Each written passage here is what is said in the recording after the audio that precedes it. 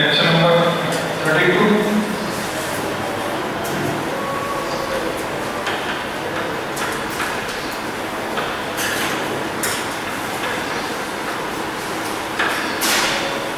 Magnetic effect of current product last में Ampere's law तुमने पढ़ा था, उसकी एप्लीकेशन तुमने पढ़ना शुरू किया था जिसमें हमने पढ़ा था सॉलिनॉइड को। उससे आगे अगली जो एप्लीकेशन है वो है टॉरॉइड के बारे में पढ़ेंगे।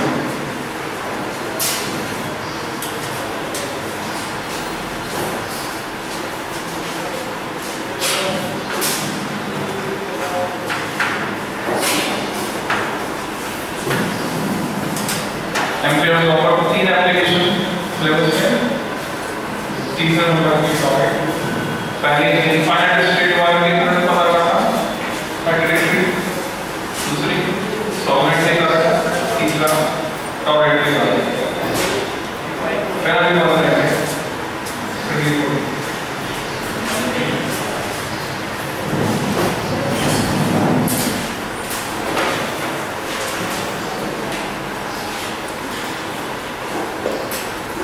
जो सॉलिनॉइड हमने बनाई उससे टॉरॉइड बन जाती है। टॉरॉइड के दो नाम हुआ है, इसको हम कहते हैं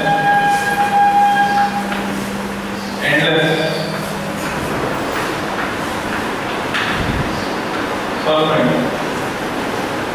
चलिए ऐसी सॉलिनॉइड जिसमें एंड नहीं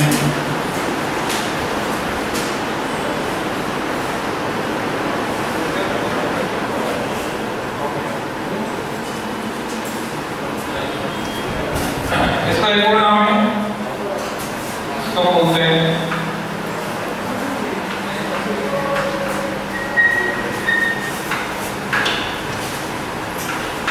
रोलेट रिंग। तो ये अलग अलग नाम है टॉरॉइड। तीनों में से किसी भी नाम से क्वेश्चन आ सकता है। इसका डेरिवेशन तुम्हें खुद एनसीईआरटी से प्रिपेयर करना है। रिसेंटली जो लास्ट पेपर हुआ उसमें डेरिवेशन पूछा गया। डेरिवेशन में रिजल्ट वही आने वाला है, मैग्नेटिक फील्ड होगा म्यूचुअल नहीं, जहाँ पे number of turns per unit length है, आइस में होने वाली करंट है। टॉरॉइड बनाने का तरीका मैं बताऊँ, बट डेरिवेशन तुम्हें खुद तैयार करना है एनसीईआरटी से, बिल्कुल एनसीईआरटी से आएगा। 3 अलग-अलग पोजीशंस पे जो पॉइंट जो है वो इस तरह से टॉरॉइड को मान सकते हो। बनाने का तरीका है पहले तुम्हें सर्कल बनाओ, डॉटेड सर्कल। फिर जैसे सुबह सुबह तुम देखते हो जलेबी बनाने वाला जिस तरह से जलेबी बनाता है, लगभग उस तरह से तुम्हें यहाँ से स्टार्ट करके हाथ को ऐसे घुमाने जाना है। रेफरेंस सर्कल में चालू करो।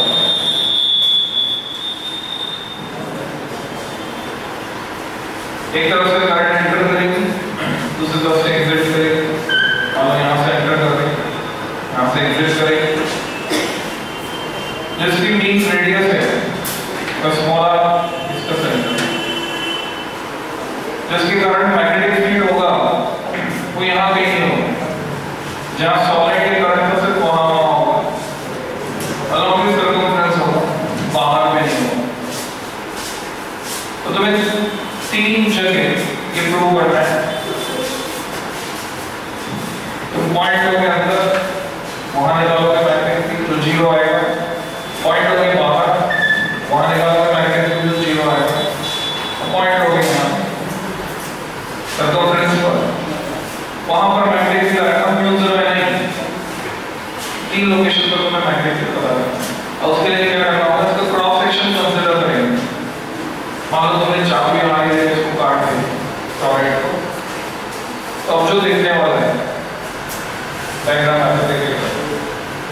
रेफरेंस सर्कल जैसे तुम देख रहे हो करंट किस तरह से जा रही है, इस टर्न को मैंने बनाया ऊपर डार्क कर दिया, इसको डार्क कर दिया, इसका मतलब ये ऊपर दिख रहा है ये वाला।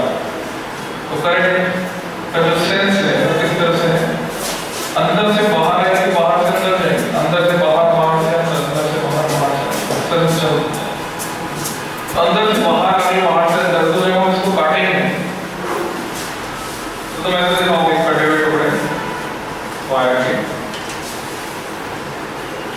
circles.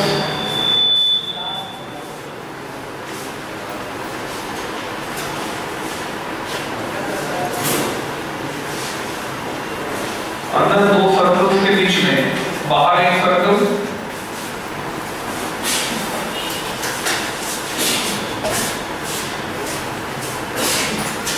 सर्कल दिखाओ।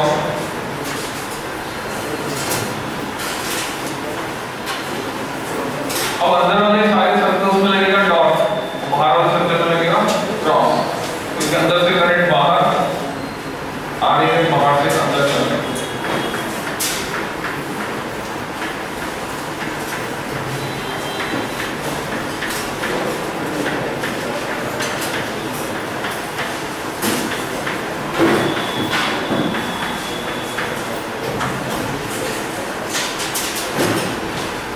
एम्पियर्स लॉ लगाने के लिए क्लोज लूप चाहिए तुमको। पहला loop L1, threading current is 0, इसमें से कुछ भी करंट ओवर नहीं जा रहा। दूसरा लूप सारे करंट इसमें से ऊपर जा रहे हैं। तीसरा लूप नेट करंट जो जा रही है वो 0 है, जितनी करंट बाहर जा रही है उतनी अंदर जा रही है। दूसरे करंट में किसी पॉइंट पर मैग्नेटिक में 0 होता है। तो डेरिवेशन खुद करना है। तो हमने एम्पियर्स लॉ को पढ़ लिया। इसके बाद नेक्स्ट, मैग्नेटिक फील्ड में किसी चार्ज पार्टिकल की ट्रैजेक्टरी कैसे होती है, वो कैसे चलता है, वो हमें सीखना है। तो एक नया नाम दिया जाता है फोर्स को, Lorentz force, LORENTZ। Electric Lorentz force भी होता है, मैग्नेटिक लॉरेंज फोर्स भी होता है, कंबाइंड लॉरेंज फोर्स होते हैं। अगर इलेक्ट्रोमैग्नेटिक फील्ड है, इलेक्ट्रिक फील्ड में एग्जिस्ट कर रहा है, मैग्नेटिक फील्ड में एग्जिस्ट है। तो नेक्स्ट स्टार्ट करो, हेडेक लगा सकते हो।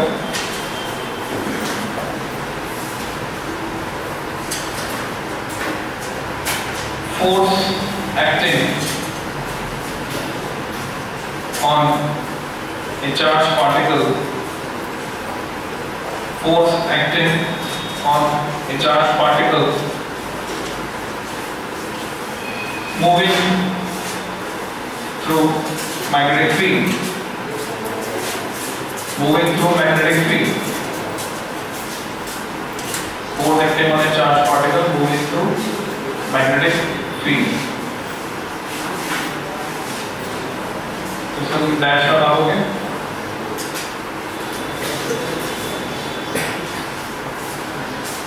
ब्रैकेट में लिखोगे मैग्नेटिक लॉरेंज फोर्स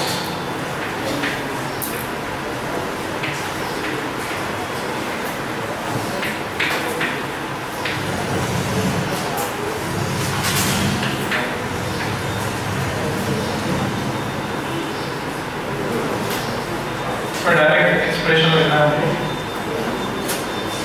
लिखोगे if a charge small q, if a charge small q moving with velocity v, moving with velocity v enters a magnetic field B, enters in magnetic field B, then it experiences a force given as F subscript F equal to Q times V cross B। इसको हम कहते हैं magnetic Lorentz force. इसके बाद जो खास बातें जुड़ी हुई हैं वो ये,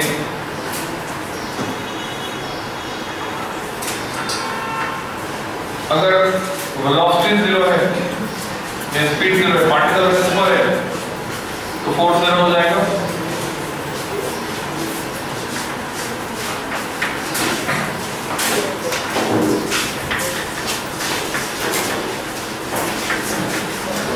अगर मैग्नेटिक फील्ड 0 है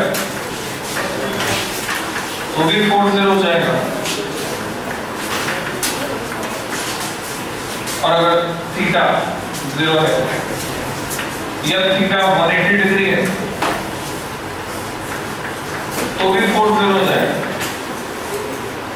क्योंकि साइन 0 साइन 180 दोनों 0 है।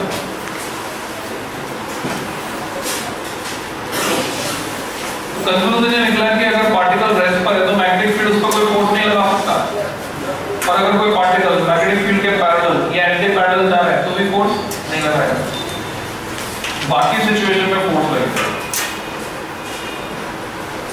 मैग्नेटिक फील्ड जो है तो नहीं लगेगा। तुमसे यहाँ पे सवाल पूछते हैं, 2 नंबर में क्वेश्चन आता है, 2 mark question. In this expression, which of the vectors are always perpendicular? इस एक्सप्रेशन में कौन कौन से वेक्टर्स हमेशा 90 डिग्री पर होते हैं? और परपेंडिकुलर के लिए लैंग्वेज अलग इस्तेमाल करते थे, वो बोलते ऑर्थोगोनल। तो तुम्हें क्लियर होना चाहिए परपेंडिकुलर का मतलब ऑर्थोगोनल का मतलब सेम है। ऑर्थोगोनल बोले परपेंडिकुलर बोले दोनों का मतलब सेम है। तो pair of vectors which are always orthogonal, हम क्रॉस प्रोडक्ट की प्रॉपर्टी से निकालते हैं कि अगर a क्रॉस b c के बराबर है तो c a के भी परपेंडिकुलर होगा, c b के भी परपेंडिकुलर होगा। Yes, fm perpendicular b and fm perpendicular b, FMB ये जो 2 पेयर हुए ये हमेशा परपेंडिकुलर रहेंगे, जबकि V और B के बीच कोई भी एंगल हो सकता है।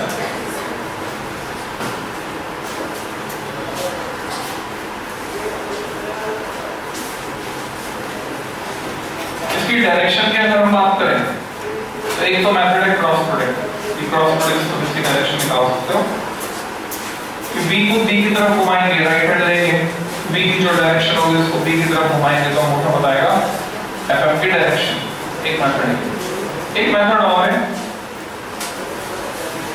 वो हमें सीखना है, फ्लेमिंग्स लेफ्ट हैंड रूल। वो मैं तुम्हें सिखाने वाला हूँ, कैसे अप्लाई करते हो कैसे सिखाना है। तो तुम लिख सकते हो its direction is given by, its direction can be obtained by, ऐसे करो, its direction can be obtained by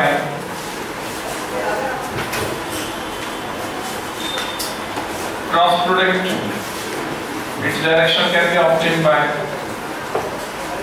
cross product को ब्रैकेट में कर दो। क्रॉस प्रोडक्ट की डायरेक्शन कौन से रूल से मिलती है हमको? Right hand rule.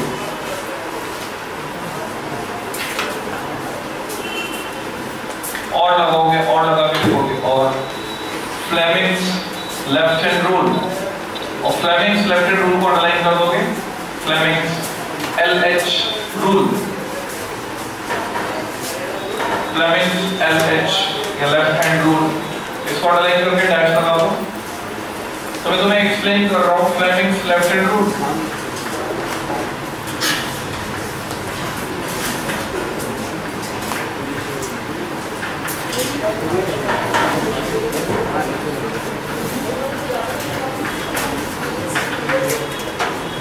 फ्लेमिंग का राइट हैंड रूल भी होता है, फ्लेमिंग का लेफ्ट हैंड रूल तो नहीं सही, फ्लेमिंग का राइट हैंड रूल भी होता है।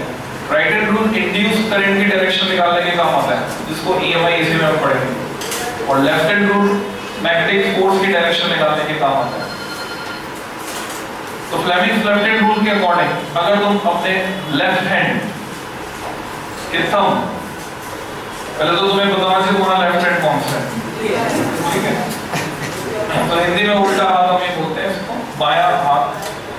तो अंगूठे और नियर बाय 2 फिंगर्स को म्यूचुअली परपेंडिकुलर फैलाते हैं। म्यूचुअली परपेंडिकुलर एक तरीका ऐसे फैला सकते हैं, एक तरीका ये ऐसे फैला सकते हैं। अभी भी म्यूचुअली परपेंडिकुलर दिखा, तो सही तरीका कौन सा है? ये वाला, इसमें से गोली मारने वाला एक्शन होता है, दिस इज राइट। तो ऐसे तुम्हें फैलाना है और उसको फिक्स कर देना है, फिर उसके बाद ओरिएंटेशन चेंज नहीं करना है तीनों का, ये ऐसे ही रहेंगे फिक्स। इसकी प्रैक्टिस करनी तुमको, सबको मेरे साथ प्रैक्टिस करोगे, जैसे मैं बता रहा हूँ वैसे से फैला कर देखोगे। अब ओरिएंटेशन जो चेंज करना है उसके लिए तुम्हें एक तो कलाई का जॉइंट इस्तेमाल करना है, यहाँ से तुम घुमा सकते हो, एक कोहनी का जॉइंट इस्तेमाल करोगे घुमाने के लिए, और दूसरा तीसरा कंधे का जॉइंट, यहाँ से तुम घुमाओगे। ओरिएंटेशन जब भी चेंज करें ऐसा नहीं घुमाना है, इसको नहीं घुमाना, ये फिक्स है। तो फ्लेमिंग लेफ्ट हैंड रूल के अकॉर्डिंग अगर इसको तर्जनी उंगली, फर्स्ट फिंगर, इंडेक्स फिंगर और पावरफुल होती है, बहुत पावर होती है। जैसे बचपन में तुम गेम खेलते थे किसी के आंखों के बीच में, सर की तरफ ऐसे उंगली करोगे तो थोड़ी देर में सर में दर्द हो जाएगा, तो बहुत पावर होती है।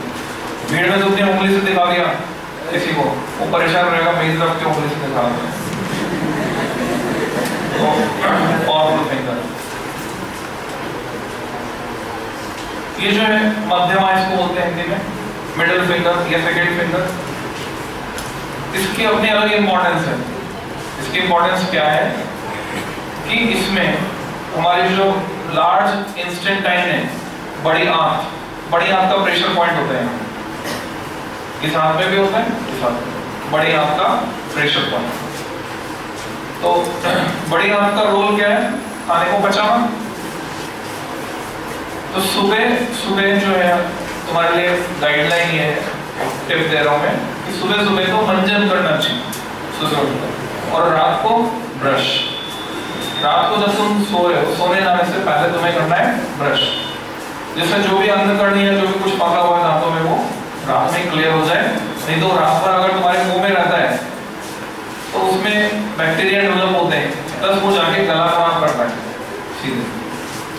तो रात को तो ब्रश करना है। अब जब सुबह उठोगे तो सुबह उठने के बाद तुम्हें मंजन करना है, और मंजन इस उंगली से करना है, इससे नहीं करना है, इसमें ज्यादा पावर है, इससे मंजन करेंगे तो दांत हिल जाएंगे, मसूड़े कमजोर हो जाएंगे, इससे नहीं करना। मध्यमा इस उंगली से। तो क्या होगा, एक्यूप्रेशर वाला जो पॉइंट है वो प्रेस होगा, मसूड़ों की सही मालिश होगी, सही प्रेशर इससे लगेगा, और एक्यूप्रेशर वाला पॉइंट प्रेस होने से जैसे तुम मंजन करोगे इस उंगली से, अच्छे से मसाज होगी मसूड़ों की, लगभग 3 से 5 मिनट तक तुम मंजन करो इससे। उसके बाद तुम्हारा पेट बहुत अच्छा साफ होगा, क्योंकि लार्ज इंस्टेंटाइन का प्रेशर पॉइंट यहाँ पर। तो उसका फायदा तुम्हें पूरे दिन मिलेगा। बोलते ना जैसे अलग अलग विज्ञापन आते हैं, कायम चूर्ण और ये वाला चूर्ण, वो वाला चूर्ण। तो सुबह पेट बहुत अच्छा तुम्हारा साफ होगा, प्रेशर पॉइंट यहाँ पे। तो मंजन करना सुबह, इसको तुम करके देखो, इम्प्लीमेंट करके देखो, बहुत फायदा मिलेगा। तो फ्लेमिंग लेफ्ट हैंड रूल में स्टेटमेंट देखो आ रहा है तुमको, देखो if we stretch the thumb and 2 nearby fingers, if we stretch the thumb and 2 nearby fingers of our left hand mutually perpendicular to each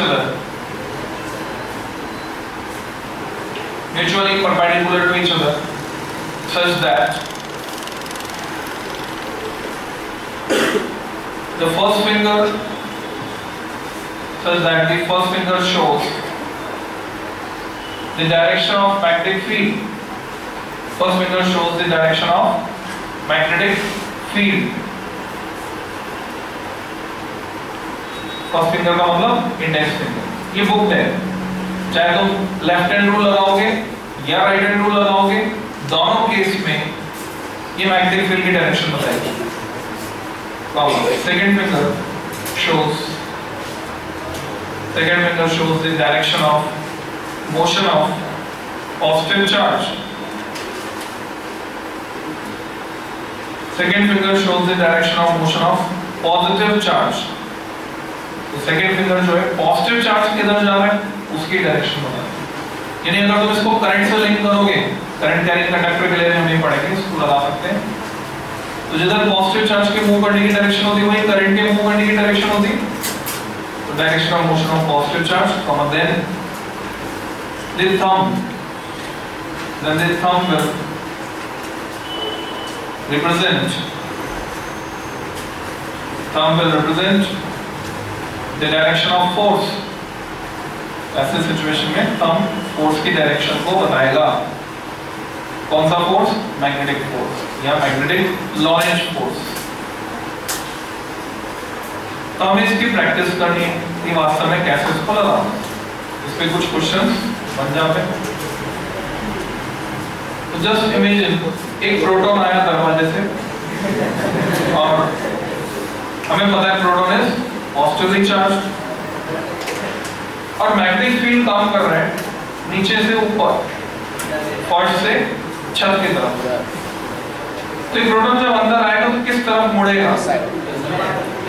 एक तो क्रॉस प्रोडक्ट है, उससे तुम निकाल सकते हो। दूसरा फ्लेमिंग्स लेफ्ट हैंड रूल लगाना है, तो तुमने इसको फिक्स किया। This is direction of motion of positive charge, orientation कहां से चेंज किया हमने? कलाई से घुमाना। प्रोटॉन इधर जाएगा, मैग्नेटिक फील्ड ऊपर, प्रोटॉन मूव करेगा, उस पर फोर्स लगेगा अंगूठे की डायरेक्शन, लेफ्ट हैंड होना चाहिए। क्लियर? अगर मैं तुम्हारे लिए इसको करूंगा तो मेरा ओरिएंटेशन ये होगा, ठीक? जिस ओरिएंटेशन में तुम बैठे। कई बार ऐसा होता है कि मुश्किल होता है उस ओरिएंटेशन में हाथ को उस तरह से घुमाना, तो हम क्या करते हैं? राइट हैंड का इस्तेमाल करते हैं और इससे जो डायरेक्शन आती है, अगर पॉजिटिव चार्ज के लिए निकाल रहे तो उसका उल्टा कर देते हैं और नेगेटिव चार्ज के लिए निकाल रहे होते हैं और लेफ्ट हैंड इस्तेमाल करते हैं तो उसकी उल्टी डायरेक्शन लेते हैं और राइट हैंड की जो डायरेक्शन होती है उसको डायरेक्टली लेते हैं। ऐसा होता है। तो इस तरह के कुछ और क्वेश्चन की प्रैक्टिस हम करने वाले हैं जिससे परफेक्शन आ जाए और यहीं पर खत्म हो जाएगा मामला। इसको दोबारा पढ़ने की जरूरत नहीं। यहाँ अगर तुमने साथ में प्रैक्टिस कर ली, तुम बाहर प्रैक्टिस करोगे, तुम्हारी वो वाली प्रैक्टिस चलेगी, है ना? तुम वही चीज सीखोगे, तुम्हारा फोकस वहां रहेगा बाहर, तो तुम वो प्रैक्टिस करोगे, तुम्हारा कंसंट्रेशन कहीं और। तो मान लो पीछे से, तुम्हारे पीछे से तुम्हारे ओरिएंटेशन एक इलेक्ट्रॉन बीम आ रही है और इलेक्ट्रॉन बीम तुम्हारे लेफ्ट में डिफ्लेक्ट हो जाती है, तो बताओ यहाँ पर जो मैग्नेटिक फील्ड है वो किस डायरेक्शन में है? नीचे। तो लॉजिक ऐसे काम करेगा, जैसे हमने सुना negative charge electron beam will use right hand, right hand में हमने इसको फिक्स किया, direction of motion of electron beam इधर, डिफ्लेक्ट हुई तुम्हारे लेफ्ट में, तुम्हारा लेफ्ट किधर है? इधर। Direction of deflection force, force towards left, तो मैग्नेटिक फील्ड अपवर्ड्स। कभी मैग्नेटिक फील्ड की डायरेक्शन पूछ लेते हैं, कभी फोर्स की डायरेक्शन पूछ लेते हैं। क्लियर? अगला सवाल, हमने कंसेप्ट सीखा है कि अगर स्ट्रेट वायर है उसमें करंट फ्लो हो रही है ऊपर, तो मैग्नेटिक फील्ड होता है उसके चारों तरफ, अंगूठा पकड़ते हैं करंट की डायरेक्शन में और फिंगर्स को सर्कल करते हैं। तुमको पढ़ाना है, हम तो पढ़ेंगे। फिंगर्स को सर्कल करते हैं तो चारों तरफ मैग्नेटिक फील्ड की डायरेक्शन हमको पता चलती है।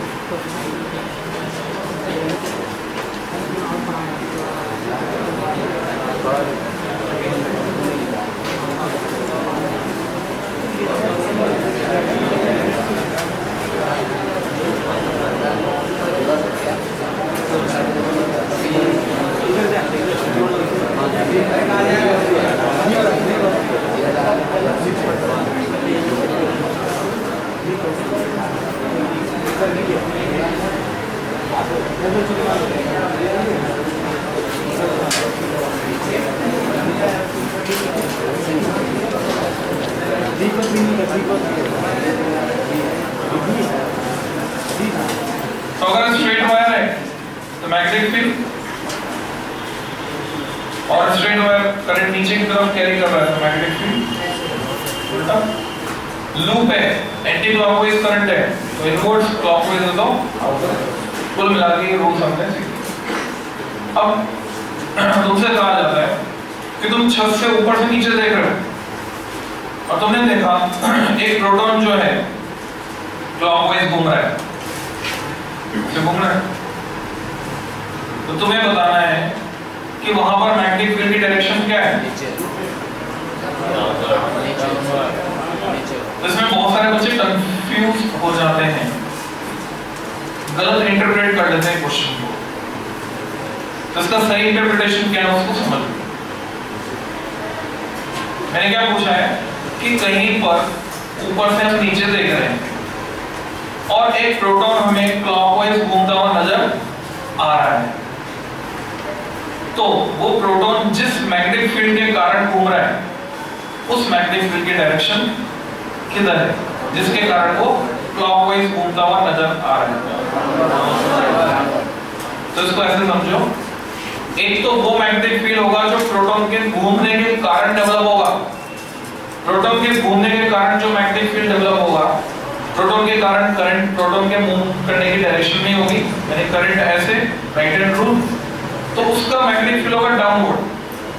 पर यहाँ कौन सा मैग्नेटिक फील्ड पूछा है, जिसके कारण प्रोटॉन घूम रहा है, जिसके कारण प्रोटॉन घूम रहा है वो मैग्नेटिक फील्ड निकालना है। तो दो तरीके हैं।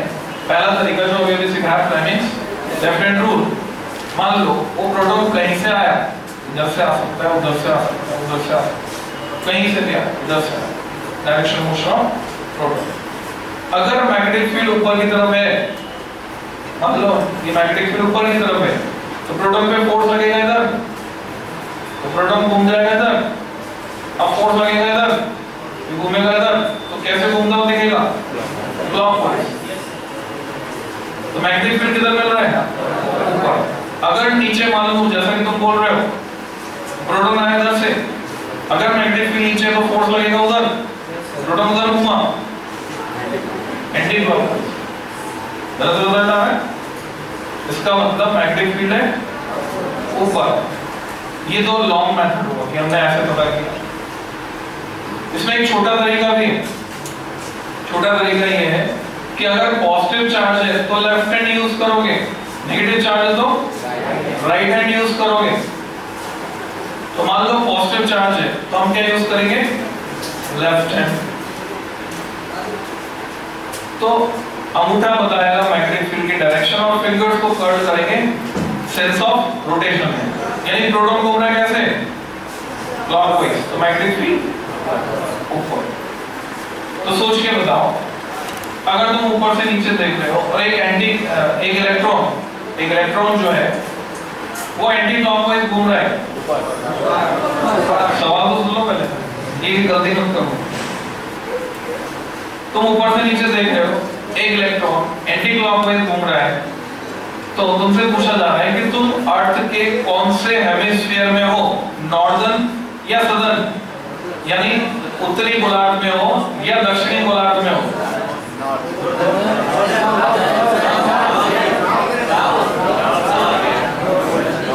तो उसके लिए तुम्हें थोड़ी सी जानकारी और होनी चाहिए।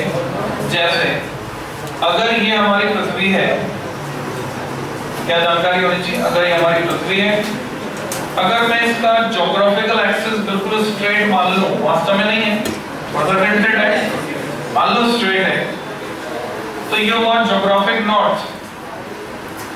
और जो मैग्नेटिक एक्सिस होगा वो थोड़ा सा इंक्लाइंड होगा। ये ज्योग्राफिक नॉर्थ है, मैग्नेटिक नॉर्थ यहाँ पर दिखा रखा है बुक में, ठीक है, मैग्नेटिक नॉर्थ दिखा रखा है, एनसीईआरटी देख लेना और बुक्स भी देख लेना। ज्योग्राफिक नॉर्थ की यहाँ पर दिखा रखा है मैग्नेटिक नॉर्थ। पर अगर मैं किसी मैग्नेट को फ्रीली सस्पेंड करता हूं तो उस मैग्नेट का नॉर्थ ही रुकता है इधर। इसका मतलब अर्थ के मैग्नेटिक, लॉजिकली अर्थ के मैग्नेटिक फील्ड का साउथ वहां होना चाहिए। ये अलग से इसको डिस्कस करेंगे मैग्नेटिज्म जब पढ़ेंगे, वास्तव में ये सब क्या चक्कर है, किस तरह का कंफ्यूजन है। अब समझना क्या है, समझना ये है कि ऊपर वाला जो हेमिस्फीयर है वो क्या है, नॉर्दर्न, और नीचे वाला सदर्न। अगर मैग्नेट ऐसे रहेगा, कौन सा मैग्नेट, अगर अर्थ का मैग्नेट नॉर्थ टुवर्ड्स नॉर्थ, यानी अब मैग्नेटिक साउथ होना चाहिए था, तो फील्ड लाइंस कैसे जाएंगी, यहां से तो निकलेंगी और यहां पर एंटर करेंगे अर्थ के मैग्नेट के कारण। इधर से साउथ से निकलेगी, नॉर्थ में एंटर करेंगे। तो तो नॉर्दर्न हेमिस्फीयर में अगर तुम देखोगे तो मैग्नेटिक फील्ड होगा डाउनवर्ड और सदर्न हेमिस्फीयर में अपवर्ड, बाहर निकलते। तो अगर यहाँ तुमने पता किया इलेक्ट्रॉन घूम रहा है एंटी क्लॉकवाइज, राइट हैंड लगाया, magnetic field should be upwards. Magnetic field upwards कहां पर होता है? सदर्न। तो तुम कहां पर हो? Southern hemisphere. अगर मैग्नेटिक फील्ड आता डाउनवर्ड, इलेक्ट्रॉन घूमना होता है क्लॉकवाइज, तो हम बोलते हैं नॉर्दर्न हेमिस्फीयर। क्लियर? इसमें बहुत सारे इस तरह के क्वेश्चन बनते हैं कि अलग अलग पार्टिकल जिनके चार्जेस कुछ अलग अलग हैं, न्यूट्रॉन ले लेते हैं, प्रोटॉन ले लेते हैं, इलेक्ट्रॉन ले लेते हैं, अल्फा पार्टिकल भी ले लेते हैं। तो ये सब एंटर करते हैं सेम मैग्नेटिक फील्ड में। कभी ये सेम वेलोसिटी से एंटर करते हैं, सभी कभी सेम मोमेंटम से चलते हुए एंटर करते हैं, कभी सेम एनर्जी से चलते हुए एंटर करते हैं, कभी कभी क्या होता है इनको सेम पोटेंशियल डिफरेंस से एक्सेलरेट किया होता है तभी एंटर करते हैं। और तुमसे पूछते हैं इनके पाथ की रेडियस का रेशियो बताओ, पाथ की रेडियस का रेशियो क्या होगा। तो ये काफी इंपॉर्टेंट कांसेप्ट बनता है examination point of competition point of view से भी, तो मैं तुम्हें अलग से लिखवा हेडिंग लगाओ, trajectory of a charged particle, trajectory of a charged particle in magnetic field, trajectory of a charged particle in magnetic field.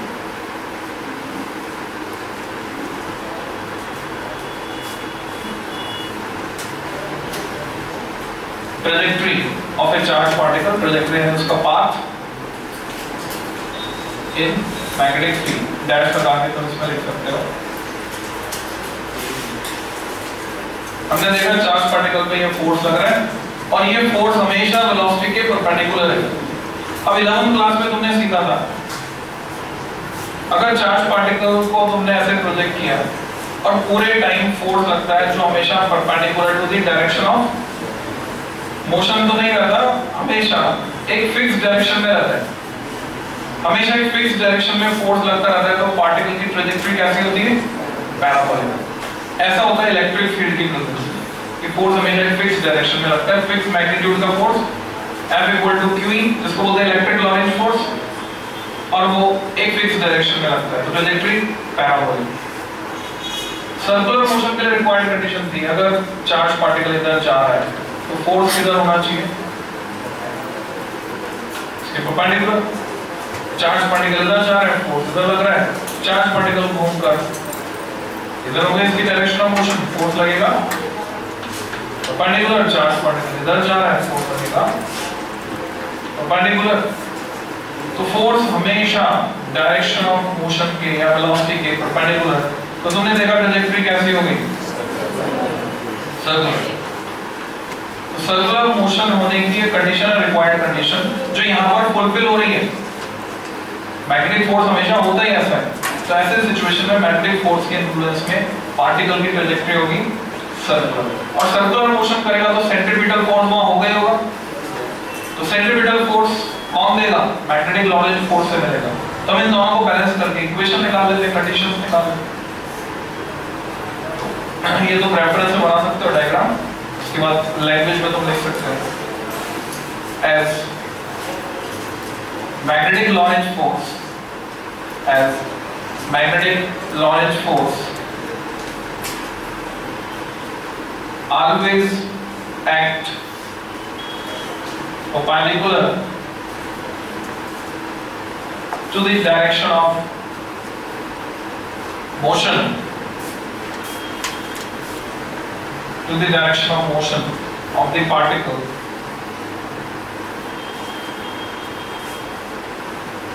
So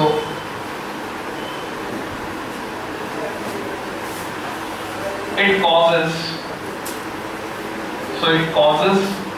the particle to move along circular path. It causes the particle to move along circular path.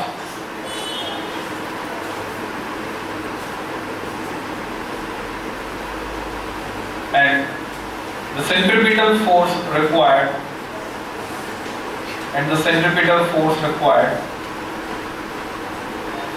is provided by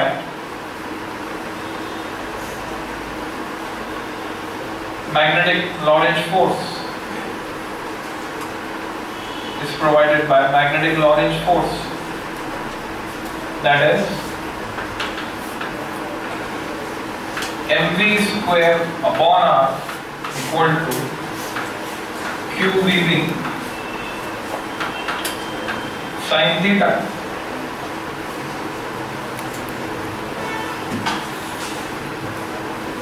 क्या ये सही है ऐसा लिखना?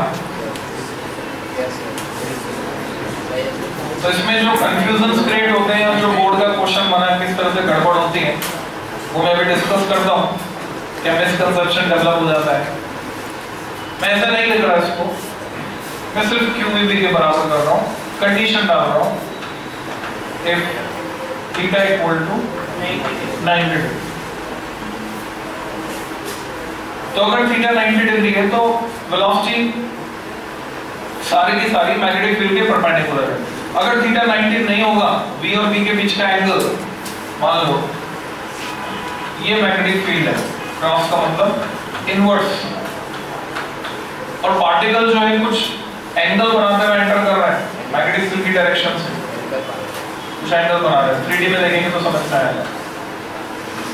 तो दो component हो सकते हैं इसके, मान लो B की डायरेक्शन में अगर ऐसे दिखा दो और ये एंगल थीटा है, तो जो V cos थीटा होगा, ये तो V sin थीटा हो गया, जो V cos थीटा होगा वो मैग्नेटिक फील्ड के पैरेलल होगा। मैग्नेटिक फील्ड के पैरेलल है तो मैग्नेटिक फील्ड उस पर कोई इन्फ्लुएंस नहीं लगाएगा, उसके कारण से पार्टिकल आगे सीधा सीधा चलता है।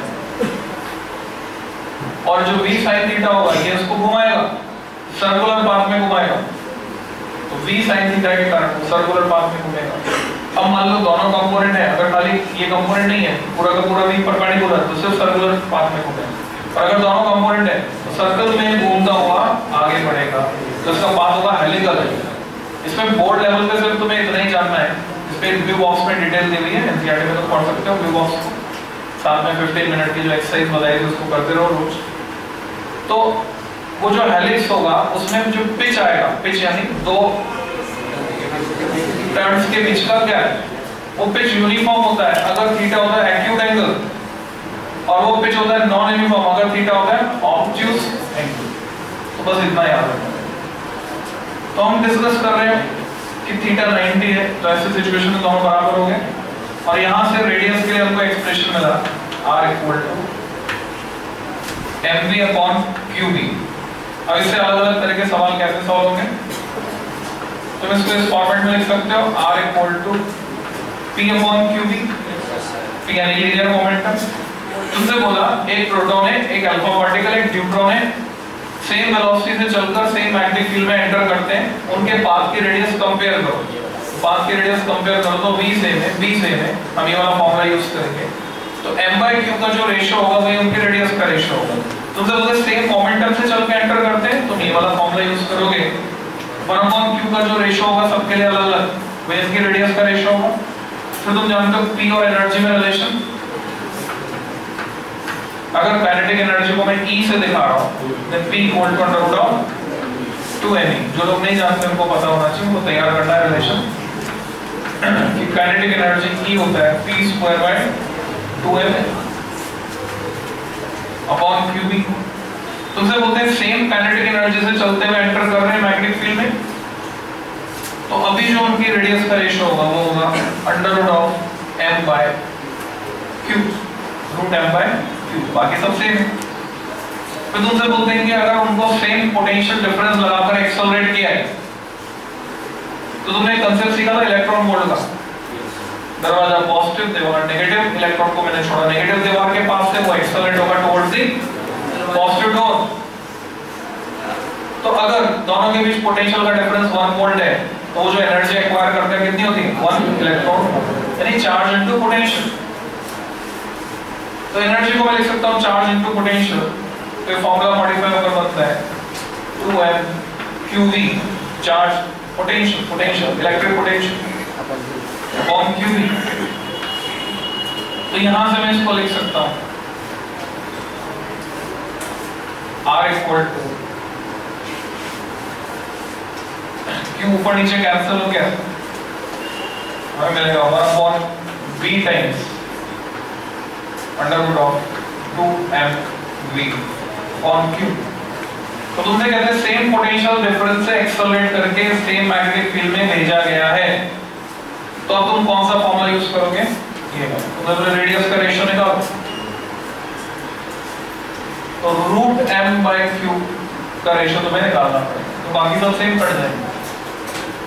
तो ये फॉर्मूले काफी इंपॉर्टेंट है, अलग अलग तरह के क्वेश्चन मिलते हैं सॉल्व करने। मिस इंटरप्रेट कैसे करते हैं वो देखो, एक बार गड़बड़ होती, बोर्ड में क्वेश्चन आया रिसेंटली, मेडिकल के पेपर में भी दिया हमने, तुमसे पूछा गया कि दो चार्ज पार्टिकल हैं, दोनों आइडेंटिकल हैं, मींस चार्जेस सेम वेलोसिटी से चल रहे हैं, मैग्नेटिक फील्ड में एंटर करते हैं, एक चार्ज पार्टिकल 90 डिग्री पर जाता है मैग्नेटिक फील्ड से, दूसरा जाता है 30 डिग्री पर। Then what will be the ratio of their angular frequencies, उनकी एंगुलर फ्रीक्वेंसीज का रेशियो क्या होगा।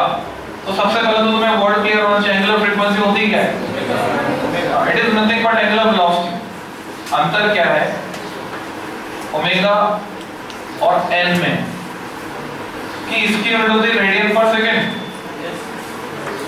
एंगुलर फ्रीक्वेंसी को नापा जाएगा रेडियन पर सेकंड, और जैसे हम सिर्फ फ्रीक्वेंसी कहते हैं, वास्तव में लीनियर फ्रीक्वेंसी होती है, उसको नापा जाएगा तो हर्ट्ज में, या फिर नापोगे सीपीएस साइकिल पर सेकंड, या फिर नापोगे आरपीएस रिवॉल्यूशन पर सेकंड, और अगर ऐसा यूनिट नहीं तो आरपीएम में भी नापते हैं रिवॉल्यूशन पर मिनट। तो ये डिफरेंस है। तो तुमसे बोला एंगुलर फ्रीक्वेंसी का रेशियो बताओ, तो हमने क्या किया, इस फॉर्मूले को अगर हम मॉडिफाई करें तो टाइम पीरियड अगर मैं यहाँ से निकालता हूँ तो टाइम पीरियड मुझे मिलेगा एक चक्कर में डिस्टेंस 2πr/v, v की वैल्यू मैंने रख दी, यहाँ से रख सकता हूँ v = qvr/m, v = qvr/m, मुझे ऐसे में रखता हूँ या r की वैल्यू रख दो, एक ही बात है, तो v कट जाएगा, r की वैल्यू रखोगे m/qv, तो तुम्हें मिलेगा 2πm/qv, और ये किसके बराबर है, time period is equal to reciprocal of frequency. तुम चाहो तो फ्रीक्वेंसी से एंगुलर फ्रीक्वेंसी निकाल लो, ओमेगा इज 2πm, तुम चाहो तो टाइम पीरियड से निकाल लो, ओमेगा इक्वल टू 2π/t। तो क्या जवाब है इस सवाल का, कौन बताएगा, raise your hand. What will be the ratio of angular frequencies, एक जो है एंटर कर रहा है 90 पर, दूसरा एंटर कर रहा है 30 पर, दोनों की वेलोसिटी से। हाथ ऊपर करो जो भी कॉन्फिडेंट है तुम में से, हाथ ऊपर करो फिर जवाब। कौन बताएगा,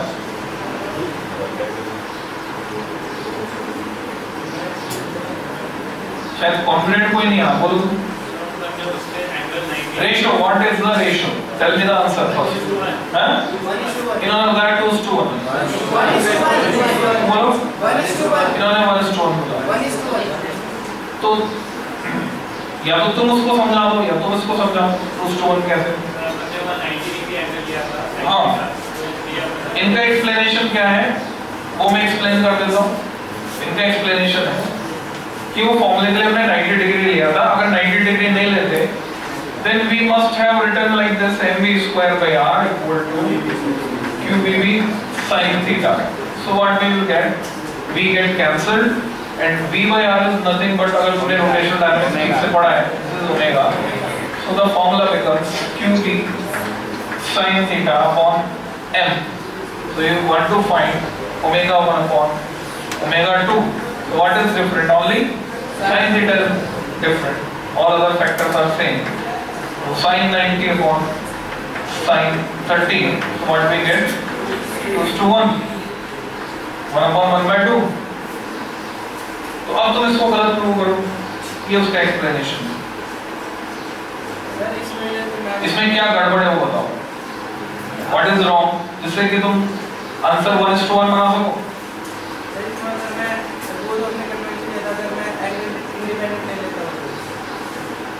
नहीं, कन्वेंशन की बात नहीं कर रहे।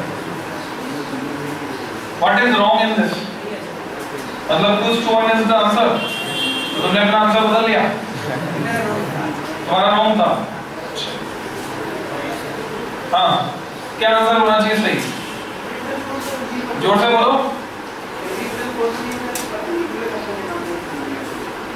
हाँ, सही आंसर क्या है वो पूछ रहा हूँ, जो पूछ रहा हूँ उसका जवाब मत करें। हाँ, सही आंसर क्या है, 1:1 है कि 2:1 है? 1:1 सही आंसर है। अब बताओ इसमें क्या करना है।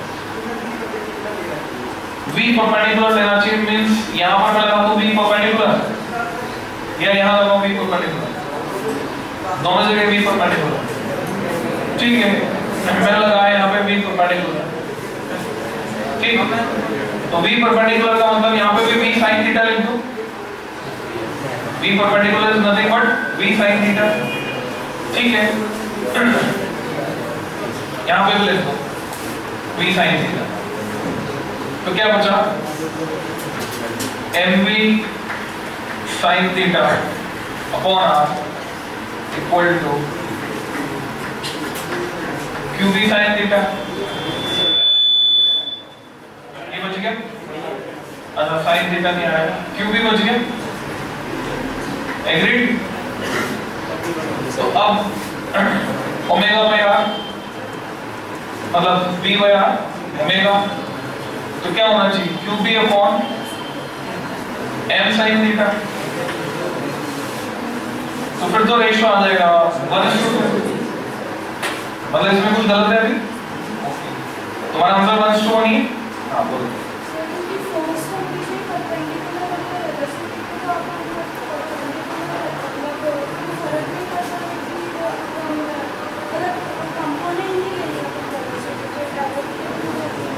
अच्छा, साइन थीटा हटा दो वहां से, और कोई तुम्हारे कुछ कंसेप्ट है कि नहीं है, तुमको बोला ऐसे तो तुमने वो मान लिया, फिर दूसरा बोला तो वो मान लिया तुमने, अब तीसरा बोलूंगा तो वो मान लो। बैगन थाली के अंदर पड़ा है, इधर उड़ा कर इधर उड़ा कर। तो हमें कुछ बेसिक अंडरस्टैंडिंग होनी चाहिए, क्लैरिटी होनी चाहिए। वो कब आएगी, थॉरो स्टडी के साथ है। जैसे जैसे हमारी फैमिलियरिटी सब्जेक्ट के साथ बढ़ेगी, यहाँ तुम देखोगे इसको ओमेगा नहीं लिख सकता मैं, इसको लिखूंगा ओमेगा, और जैसे मैं इसको ओमेगा लिखूंगा साइन थीटा खत्म। तो the correct answer is 1:1। Clear? तो ये डिपेंड नहीं करता है एंगल पर, ये बोर्ड में 1 नंबर में पूछा गया, और तुम्हें नहीं, इसमें जो है बड़े बड़े लोग घूम जाते हैं, अच्छे अच्छे टीचर घूम जाते हैं, तो बोर्ड में ऐसे सवाल में आते हैं। तो हमारे कंसेप्ट थोड़े से क्लियर होने चाहिए, डेप्थ में चलेंगे थोड़ा सा, ओमेगा ये होगा परपेंडिकुलर कंपोनेंट होगा वगैरह। तो इस फॉर्मूले का इस्तेमाल हमने सीखा, ट्रेजेक्टरी को डिस्कस किया कि मैग्नेटिक फील्ड में ट्रेजेक्टरी कैसी होती है। अभी क्लियर है सबको, 1:1 है आंसर, एंगल पर डिपेंड नहीं करती, एंगुलर फ्रीक्वेंसी हो चाहे लीनियर फ्रीक्वेंसी हो चाहे टाइम पीरियड हो, all these 3 quantities are independent of angle जिस पर वो पार्टिकल एंटर करे। जो कुछ बच्चों को टाइम नहीं पता है, तो अभी तुम्हें क्लियर कर दूं, दोबारा ध्यान से देख लेना। 6:15 से तुम्हारी क्लास शुरू हो रही है, 6:15 1.5 घंटे की क्लास हो चुकी है, 40 मिनट नहीं, एक दिन में सिर्फ एक ही सब्जेक्ट है, अब फिजिक्स केमिस्ट्री कंबाइंड नहीं है, तो एक दिन में सिर्फ एक ही क्लास है और वो 1.5 घंटे की है। 7:45 एंड होगी, 6:15 शुरू होगी। कोई बच्चा अगर 6:30 के बाद भी आने की कोशिश करता है, 6:30 के बाद भी आने की कोशिश करता है, उसको एंट्री नहीं मिलेगी। तो अगर तुम लेट भी हो रहे हो मैक्सिमम बारिश की वजह से, किसी भी कारण से, तो लास्ट है 6:30।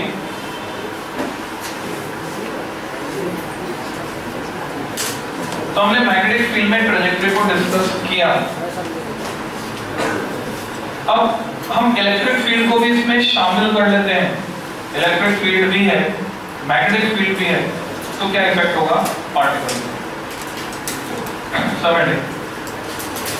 Trajectory of a charged particle, trajectory of a charged particle in electromagnetic field, trajectory of a charged particle in electromagnetic field.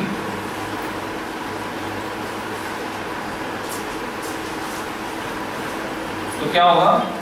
Electric field के कारण फोर्स लगेगा QE, इसको बोलेंगे electric Lorentz force. Magnetic field के कारण लगेगा Q times B cross B, इसको बोलेंगे मैग्नेटिक लॉरेंज फोर्स। तो दोनों कंबाइंडली काम करेंगे। तो तुम इसमें लिखोगे in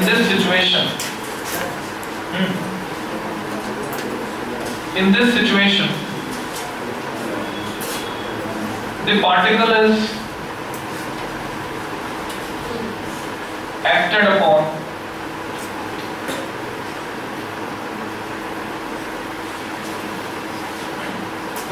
is acted upon by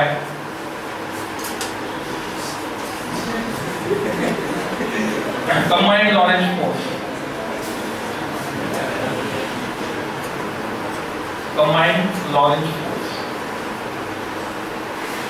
Given as F equal to QE plus Q times V cross B. अब इसको ऐसे भी लिख सकते हैं, Q कॉमन लेने के बाद E plus V cross B. This is called combined Lorentz.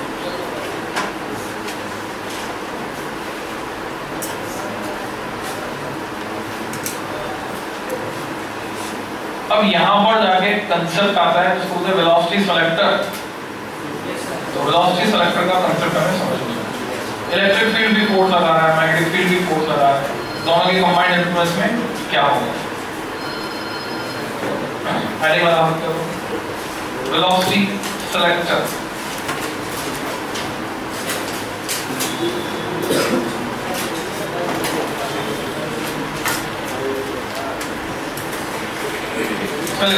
We can distinguish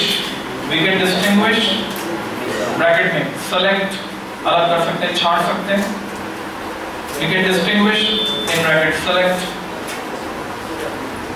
the particles of certain velocity,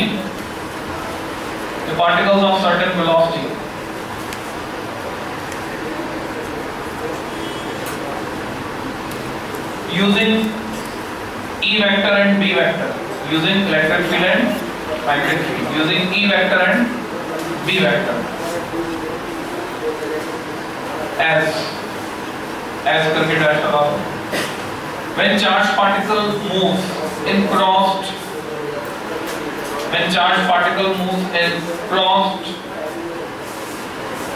E and B,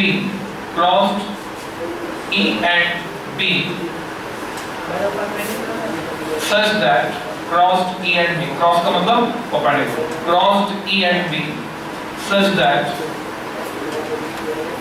the magnetic force, या short form में ऐसे लिखो, such that the FM and FE becomes equal and opposite. FM and FE becomes equal and opposite. Then we may write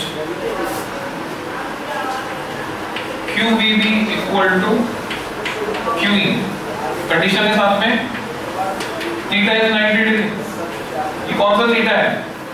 velocity का angle magnetic field के साथ, यानी तीनों चीजें परपेंडिकुलर हैं। वेलोसिटी मैग्नेटिक फील्ड के परपेंडिकुलर, वेलोसिटी इलेक्ट्रिक फील्ड के perpendicular, magnetic field electric field के परपेंडिकुलर, तीनों म्यूचुअली परपेंडिकुलर। तो हम ऐसा लिख सकते हैं Q get cancelled, V becomes E by B। तो इसका कंक्लूजन क्या निकला? ऐसे सभी पार्टिकल्स जिनकी वेलोसिटी होगी E by B उनमें नेट फोर्स 0, वो सीधे निकल जाएगा undeflected. Thus the particles with velocity v equal to e by v, thus the particles with velocity v equal to e by v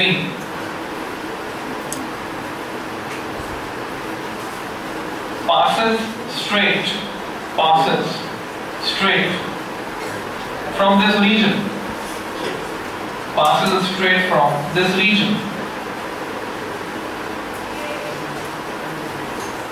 तो हम उनको क्या कर सकते हैं, अलग कर सकते हैं।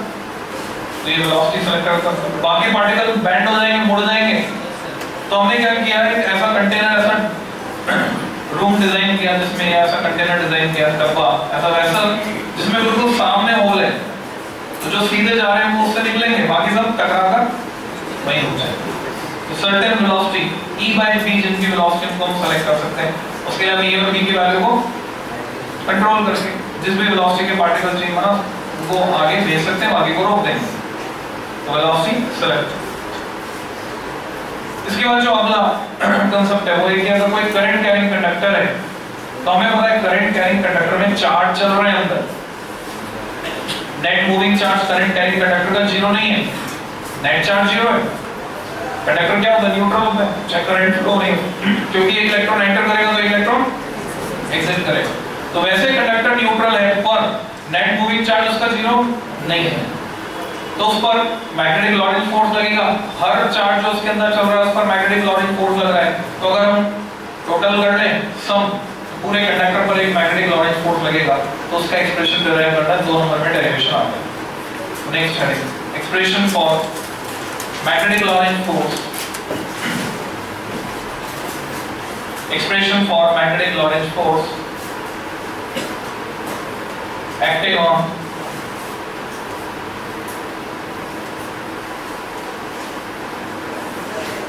a conductor carrying current I, straight conductor कर दो, ST डॉट वाला फोर्स क्या है, straight conductor carrying current I, क्योंकि अगर ये मुड़ा मुड़ा घुमा हुआ होगा तो ये केस बन जाएगा तुम्हारे कंपटीशन का। बोर्ड में कहाँ पे डील करेंगे, सिर्फ स्ट्रेट। क्या करना पड़ेगा, ज्यादा कुछ मुश्किल नहीं है। कंपटीशन में अगर ये केस बनता है, मुड़ा मुड़ा घुमा हुआ कंडक्टर है, तो क्या करना है, फोर्स कैसी क्वांटिटी है, वेक्टर सम करना है और कुछ नहीं करना। अलग अलग एलिमेंट पर फोर्स निकाल के उनका वेक्टर सम। तो डायग्राम अगर हम बनाएं इस तरह, ये कोई कंडक्टर ये करंट कैरी कर रहा है I इस डायरेक्शन में, x y Z भी बना सकते हैं। मैग्नेटिक फील्ड जो लग रहा है यहाँ पर वैसा लग रहा है, क्रॉस यूनिफॉर्म मैग्नेटिक फील्ड, यानी मैग्नेटिक फील्ड है इनवर्स, इट इज 90 डिग्री वाली सिचुएशन है। तो कितना फोर्स लगेगा अगर इसकी लेंथ है, और क्या असम्पशन है, अगर मैं इसका माइक्रोस्कोपिक व्यू दिखाऊं तुमको, microscopic view,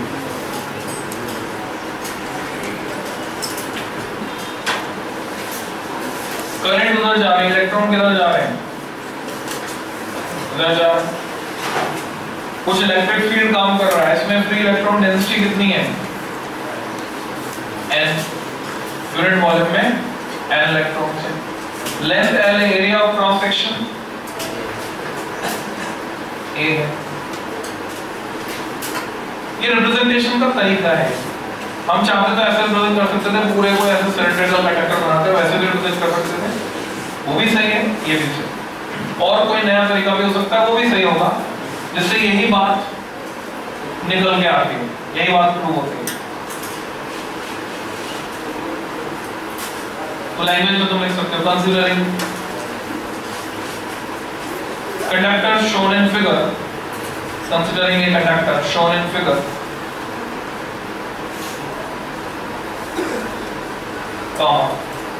each electron flowing through it, each electron flowing through it will experience A force will experience a force DFM. D इसलिए लगा दिया स्मॉल, एक इलेक्ट्रॉन पे शुड कम फोर्स लगेगा DFM, मैग्नेटिक लॉरेंस फोर्स कितना लगेगा EVB, और ये V क्या होगी drift speed V subscript D, subscript नहीं लगाना, बराबर में बराबर मत बनाना, ऐसे बना दिया तो फिर गड़बड़ हो जाएगी। छोटा सा थीटा 90 साइड में थीटा 90 नहीं होगा तो फिर अलग सिचुएशन वेक्टर फॉर्म में कन्वर्ट करके, तो DF कितना है। Now writing this expression for the whole conductor we have, now writing integrate करते हैं summation ले लेंगे, now writing this expression for the whole W actually whole conductor we get FM equal to sigma DFM equal to total कितना electron unit volume में n, volume हो गया Al, तो total electron इतने हैं, हर एक चल रहा है drift speed Vd, magnetic field V, NaL VdB। हमें चार्ज से मतलब है, एक इलेक्ट्रॉन का चार्ज E है, टोटल इतने इलेक्ट्रॉन है तो total charge E into NaL या NaLe। तो करंट इलेक्ट्रिसिटी का एक डेरिवेशन तुम्हें याद होना चाहिए, I equal to NaV। तो यहाँ पर N है, E है, A है, Vd है, इन सब की जगह में I लिख सकता है, तो the expression becomes FM equal to ILV। इसको भी कहते हैं magnetic Lawrence force. Also in vector form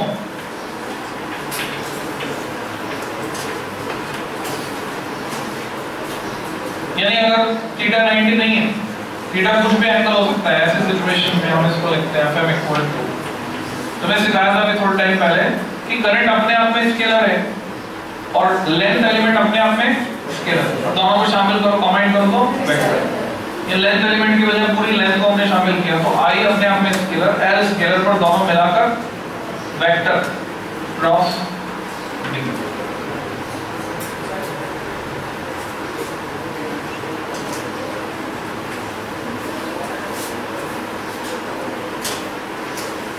cross product से निकाल लो एक तो डायरेक्शन, दूसरा Fleming's left hand rule valid है, जो direction of motion of positive charge है वो डायरेक्शन ऑफ करंट ले लो, तो फ्लेमिंग्स लेफ्ट हैंड रूल से इसकी डायरेक्शन मिलता है।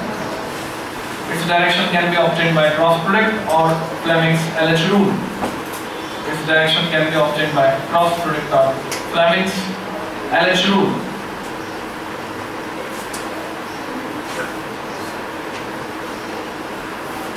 इसमें जनरल क्वेश्चन बनता है, मोस्ट कॉमन, कई बार आ चुका बोर्ड में, 2 नंबर में क्वेश्चन आता है।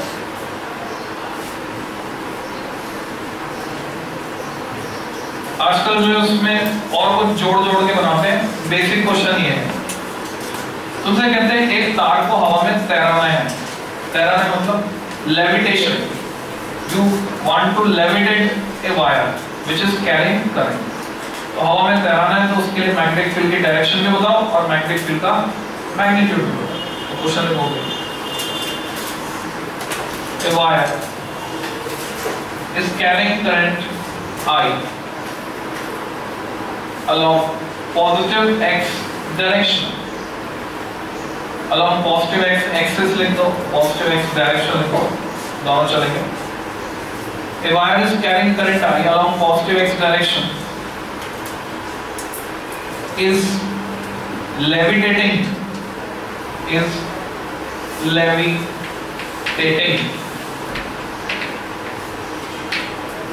under the influence of magnetic field, under the influence of magnetic field.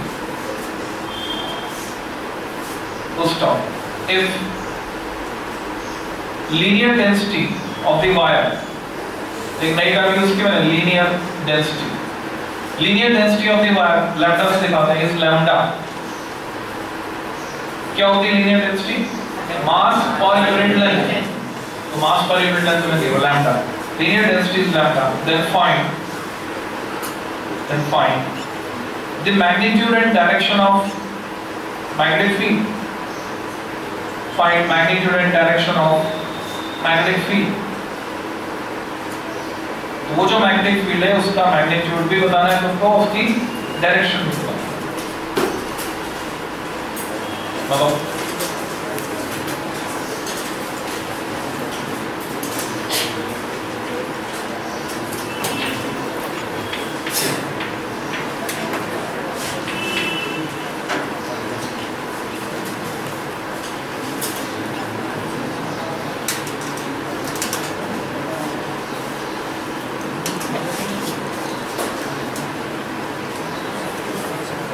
Wire नीचे क्यों गिरेगा? Because of mg। और तैरेगा क्यों? अगर mg के बराबर ऊपर लग जाए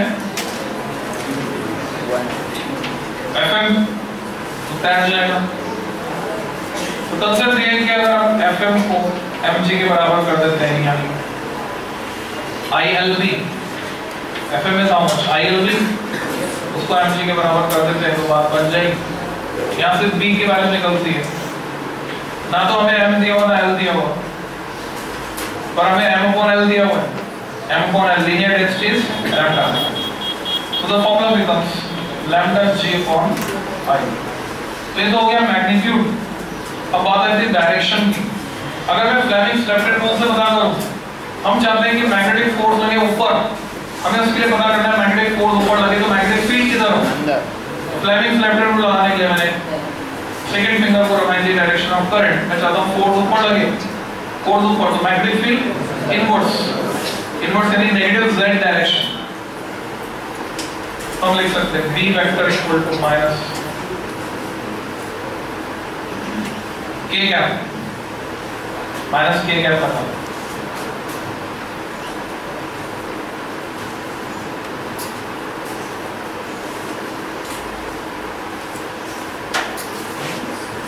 minus k cap, z direction k cap, minus z direction minus k।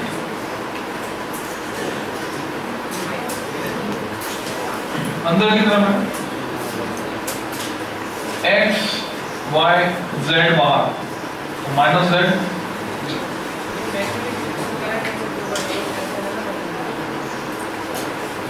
वो तो तुम करंट का मैग्नेटिक फील्ड बता रहे हो, ये वो मैग्नेटिक फील्ड है जो तार को तैरा रहा है। क्लियर? इसमें मॉडिफिकेशन कैसे लगा सकते हैं? बोलते हैं नीचे एक और तार पड़ा है और उसमें भी करंट फ्लो हो रही है, तो वो तार जो है इसको अट्रैक्ट भी कर सकता है, उसको रिपेल भी कर सकता है।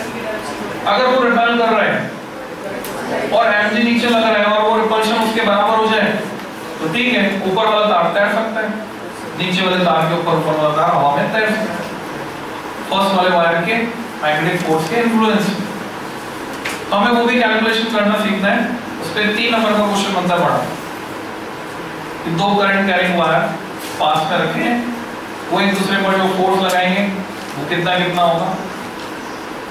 शॉर्ट एंड प्रिसाइज 3 नंबर में क्या क्या लिखना है, कैसे लिखना है, और सीक्वेंस में डेफिनेशन ऑफ एम्पियर भी आता है। तो नेक्स्ट आर्टिकल है expression for force acting between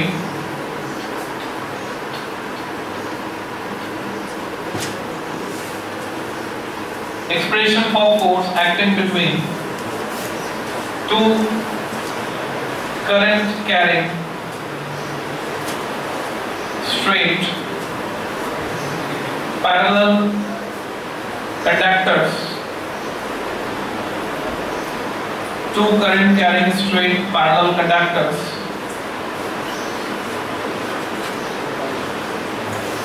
placed nearby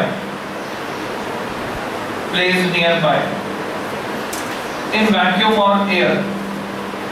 assumption क्या है? हमने माना हुआ है वैक्यूम या एयर मीडियम। डैश लगा दो, 2 डायग्राम्स हमें बनाने हैं, 2 सिचुएशन हो सकती है। फिगर ए, ये पहला कंडक्टर, ये दूसरा कंडक्टर, दोनों में करंट सेम डायरेक्शन, एक में करंट I1 है, दूसरे में I2 है, दोनों के बीच की जो दूरी है डिस्टेंस वो r है। This is the situation. तो इनके बीच फोर्स निकालना है हमको। दूसरा डायग्राम हो सकता है सिचुएशन ये होगी, एक में करंट दूसरे की करंट के अपोजिट हो, तब क्या होगा?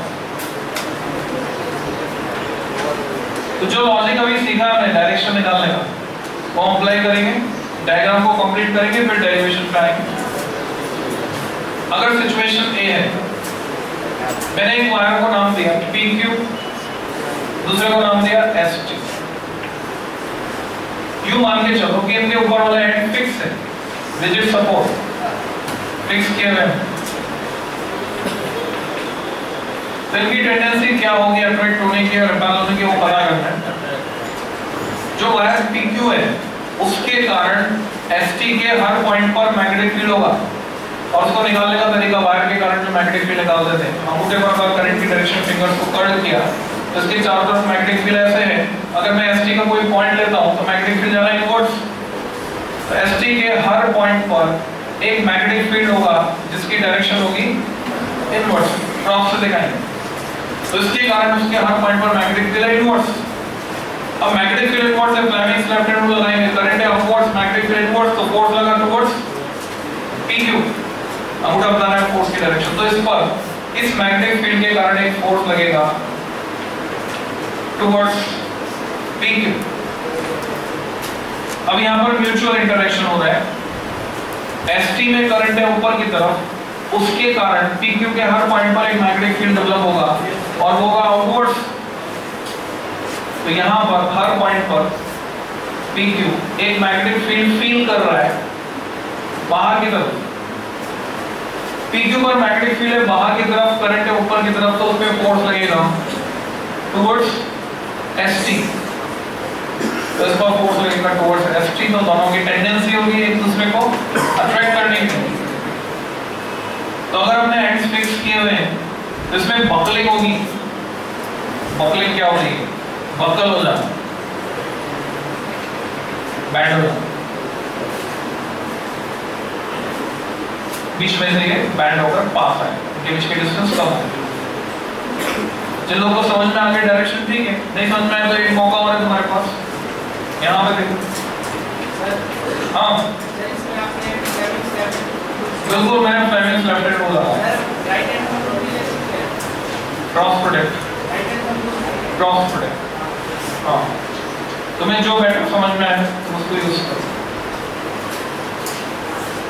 PQ ST, PQ में जो करंट है उसके कारण मैग्नेटिक फील्ड ST के हर पॉइंट पर इनवर्स, इनवर्स यानी cross. Magnetic field inverse, current downwards, तो force away from PQ, force लगेगा इधर, मैग्नेटिक फोर्स। ST के कारण PQ के हर पॉइंट पर magnetic field inverse, cross. Magnetic field inverse, current ऊपर की तरफ, फोर्स लगेगा अवे फ्रॉम ST। तो इनमें टेंडेंसी होगी एक दूसरे से रिपेल होने की, दूर जाएंगे, बकल होकर इस तरह से हो जाएंगे।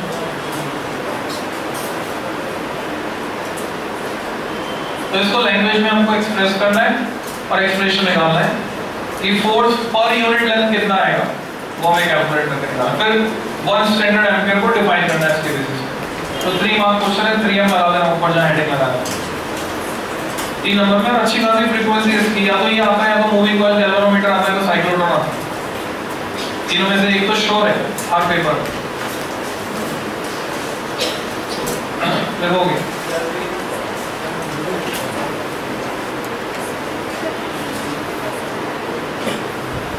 PQ पर ST में करंट है ऊपर, अंगूठे को लगा ऊपर, right hand rule, magnetic field बाहर डाउन, इसके हर पॉइंट पर मैग्नेटिक फील्ड बाहर की तरफ, Fleming's left hand rule, magnetic field बाहर की तरफ, करंट ऊपर की तरफ, तो फोर्स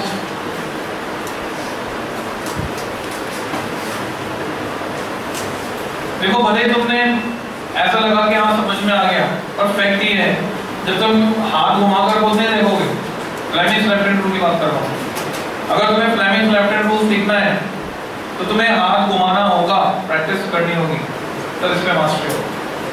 तो काफी आसान है, क्रॉस प्रोडक्ट भी लगा सकते हो और ये भी आसान है।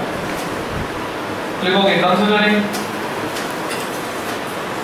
फिगर ए, फिगर ए से हम एक्सप्लेन करेंगे, बी में सिमेट्री है, सिमेट्री से उसका एक्सप्रेशन डायरेक्टली लेते हैं। Considering figure A, it is clear that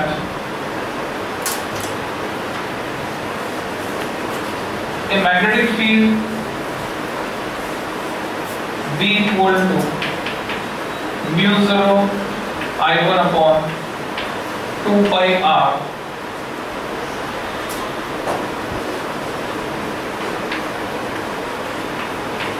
cross direction involved message will act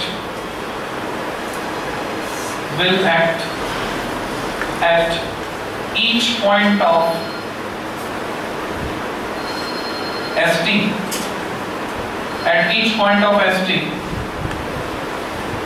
due to current I1 in PQ, at each point of ST due to current I1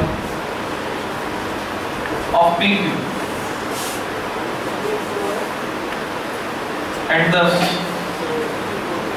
ST will experience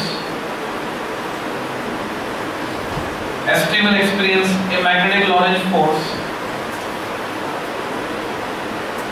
towards PQ, given as Fm equal to I2 L B sin 90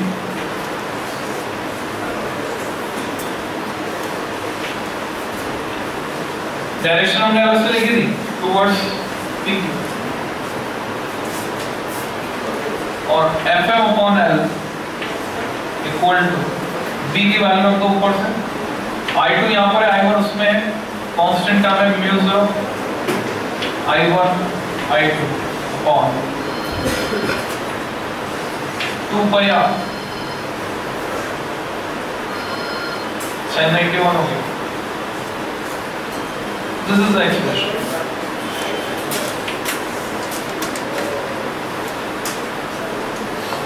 Due to symmetry,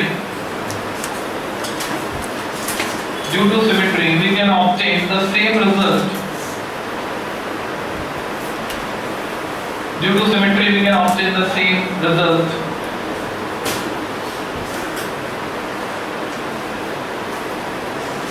For other forces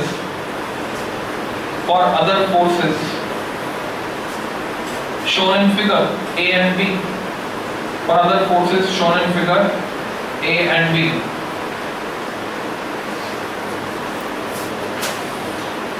and it is clear that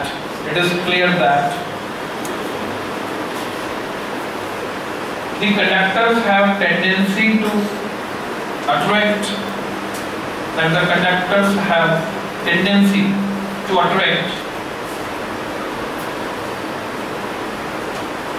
if current flows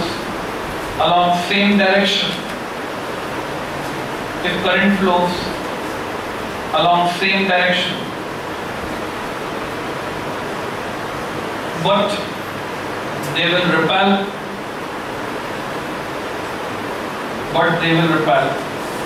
if current flows in opposite direction. First term. So definition of ampere, class में पूछते हैं 3 number, definition of ampere। Ilam class में तुमने define किया था 1 standard ampere, उसकी definition यहाँ पे निकल के आया। डेफिनेशन ऑफ एम्पियर, तो कंडीशन इम्पोज करते हैं, if I1 equal to I2 equal to 1 ampere and R equal to 1 metre. तो करंट I1 और I2 दोनों 1 एम्पियर हो जाएंगे और दोनों के बीच की distance 1 metre. Then in vacuum और air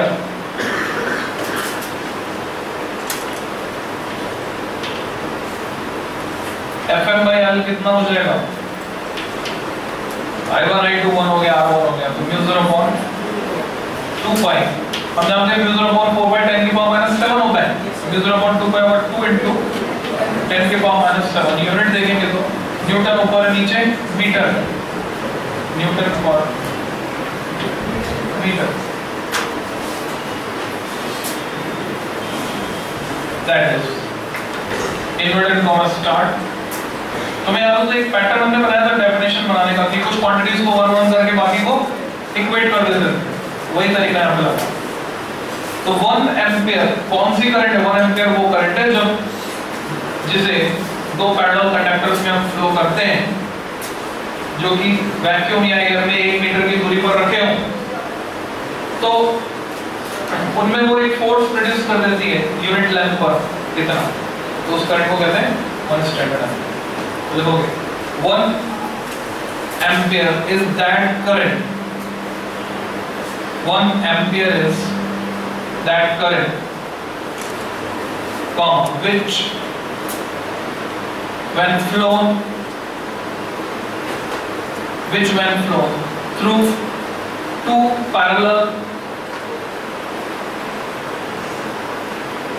conductors placed at distance 1 meter,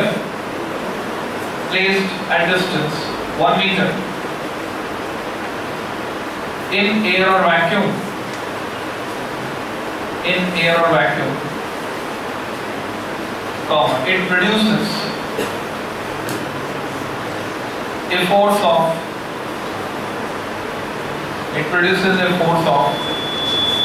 2 into 10 की पावर -7 न्यूटन पर metre length on each conductor,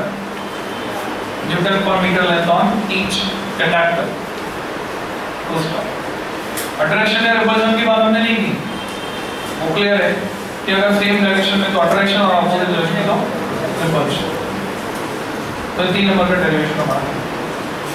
इसके बाद जो हमें पढ़ना है तो साइक्लोट्रॉन को पढ़ना है। तो मैं साइक्लोट्रॉन की कहानी बता रहा हूँ, इतिहास अभी बता रहा हूँ, पढ़ेंगे नेक्स्ट टर्न पे कल पढ़ेंगे।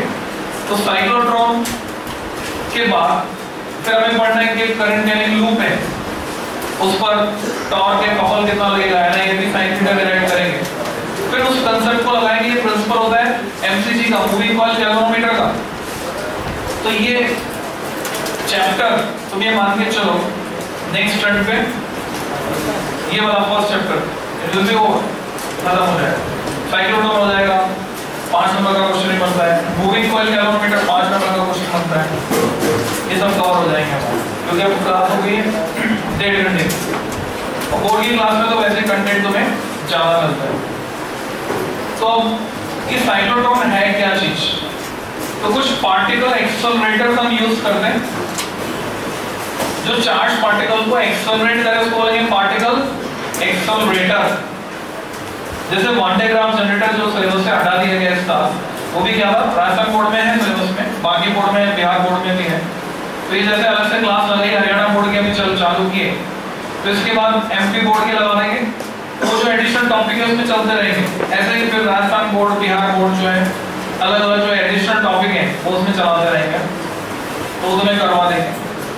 तो वन डायग्राम जनरेटर एक चार्ज पार्टिकल एक्सेलरेटर था जो बड़ा और भारी होता था काफी, और उसमें खाली इलेक्ट्रिक फील्ड का इस्तेमाल करते थे हम चार्ज पार्टिकल को एक्सेलरेट करने के लिए।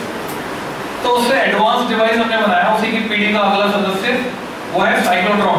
किसने बनाया था? लॉरेंस और लिविंगस्टोन। फिर से एक नाम ऐसा आ गया जो तुम भूल नहीं सकते। पहले था व्हीटस्टोन, आटा पत्थर, अबे जिंदा पत्थर लिविंगस्टोन। तो लॉरेंस और लिविंगस्टोन ने साइक्लोट्रॉन को डिजाइन किया था। साइक्लोट्रॉन में मैग्नेटिक फील्ड का भी इस्तेमाल किया गया। मैग्नेटिक फील्ड में देखा कि चार्ज पार्टिकल सर्कुलर पाथ में घूमता है। हमारे सामने मेन प्रॉब्लम क्या थी, अगर हम सिर्फ इलेक्ट्रिक फील्ड लगाते हैं तो जितनी देर तक इलेक्ट्रिक फील्ड में रहेगा पार्टिकल तब तक एक्सेलरेट होगा, इलेक्ट्रिक फील्ड से बाहर निकलने के बाद एक्सेलरेशन खत्म। तो बहुत ज्यादा एक्सेलरेशन हम ऑब्टेन नहीं कर पाते थे। ज्यादा एक्सेलरेशन चाहिए तो लंबा डिवाइस चाहिए, बहुत बड़ा डिवाइस चाहिए, लंबी दूरी तक इलेक्ट्रिक फील्ड लग सके। तो हमने एक चालाकी की, हमने मैग्नेटिक फील्ड लगाकर चार्ज पार्टिकल को घुमा दिया सर्कल में घुमाकर डिवाइस जो छोटा हो गया, कॉम्पैक्ट हो गया, सर्कल में घुमा रहे हैं और जब भी एक रीजन से गुजर रहा है वहां इलेक्ट्रिक फील्ड लग जाता है। सर्कल में घुमाया, जब भी उस रीजन से घुमा गुजरेगा इलेक्ट्रिक फील्ड लग जाएगा, तो उसे धक्का लगेगा, वो एक्सेलरेट होगा। तो साइक्लोट्रॉन में हम इस तरह से एक्सेलरेट कराते हैं। फिर इसी के जो एडवांस वर्जन है साइक्लोट्रॉन से और आगे चलते हैं तो सिंक्रोट्रॉन, बीटाट्रॉन, मैग्नेट्रॉन, और जो उसका करंट वर्जन है जो अभी एक्सपेरिमेंट चल रहा था लार्ज हैड्रॉन कोलाइडर, वो उसी का करंट वर्जन है। वो भी क्या, चार्ज पार्टिकल एक्सेलरेटर। उसमें क्या किया गया, दो प्रोटॉन को एक्सेलरेट करा के टकराया गया। हम ये जानना चाहते हैं कि प्रोटॉन टकराएंगे, प्रोटॉन किसके बने, तो वो चीज हमें पता चलेगी। कोई चीज टूटेगी तो पता चलेगा वो चीज किसकी बनी। तो प्रोटॉन को बहुत हाई स्पीड पर एक्सेलरेट करके टकराया गया। तो साइक्लोट्रॉन के बारे में पढ़ेंगे हम। क्या पता चला हिग्स बोसोन, उसकी डिस्कवरी कि उससे बने व्हाट पार्टिकल, यानी और ज्यादा फंडामेंटल पार्टिकल के पास हम पहुंचे। आज की क्लास खत्म, नेक्स्ट